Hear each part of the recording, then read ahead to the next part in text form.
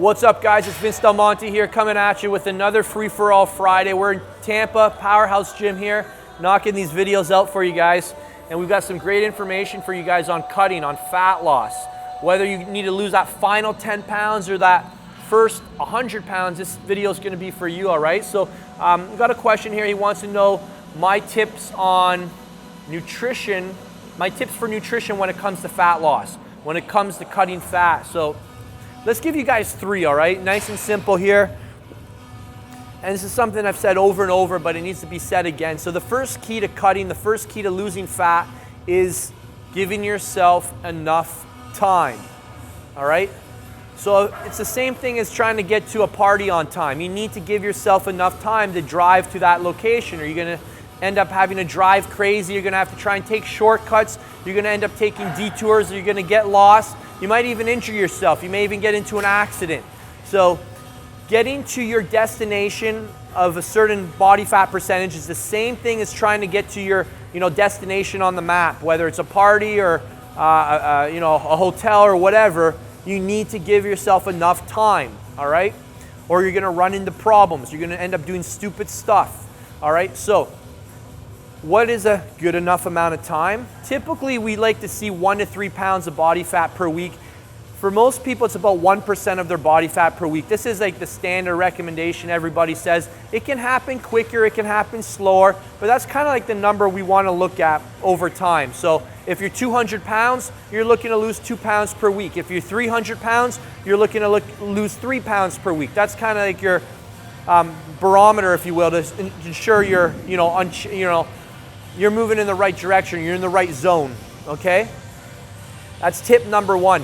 This is a big thing, especially for anybody who's getting ready to compete or getting ready for, for a show, because a lot of guys, I want to compete, and they need 14 weeks to get ready, but there's only 8 weeks on the calendar, so they end up in the gym 4 hours a day, 5 hours a day to get ready for that. And it's just because they didn't give themselves enough time.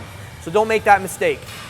Number two is to increase your protein intake. So once you go into a caloric deficit, your muscle becomes slightly more at risk as a tissue to metabolize for energy, because you're getting less calories from your other forms of macronutrients. So all the research points to 1.5 grams of protein per pound of body weight when it comes to fat loss. You will see the best results when you're taking in that amount of protein per pound of body weight. So if you're 200 pounds, you're gonna be in around 300 grams of protein a day.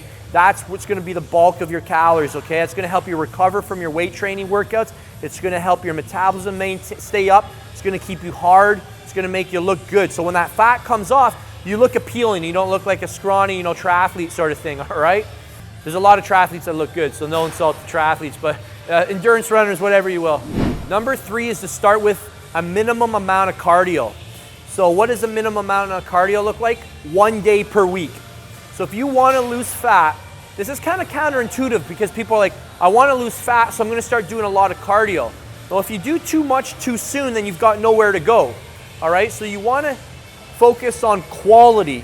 So we add in 1 day a week, we can actually make that a good intense workout. So we're gonna do some intervals, and we only add more if we're not hitting that original goal, all right? Only idiots start doing 5-6 days of cardio a week right off the bat. The goal is to start off with like maybe 20 minutes, maybe even less, once a week. And then if you hit a plateau, we'll add a second workout, but only if we hit a plateau. All right, so it's a very progressive approach, and if you give yourself enough time, this will work. All right, if you don't give this enough time, you're not going to be able to apply this third tip. Okay, so that's it. Start off nice and slow. That way, the idea here, guys, is just kind of to coax fat off the body. A lot of people, they pull their calories back so much that they have no intensity to train in the gym, so they're like starving the fat off, but at the same time, they're losing a lot of muscle. The guys that get up on stage, bodybuilders and fitness models who look full, look big, they understand the importance of this concept, and they only add in as much cardio as necessary, and they do their best to prevent doing a lot of cardio, because it's catabolic. It strips off their muscle. It strips off the muscle in the spots that give you those nice proportions where you look amazing in your clothes and people are like, damn, I wish I looked like that.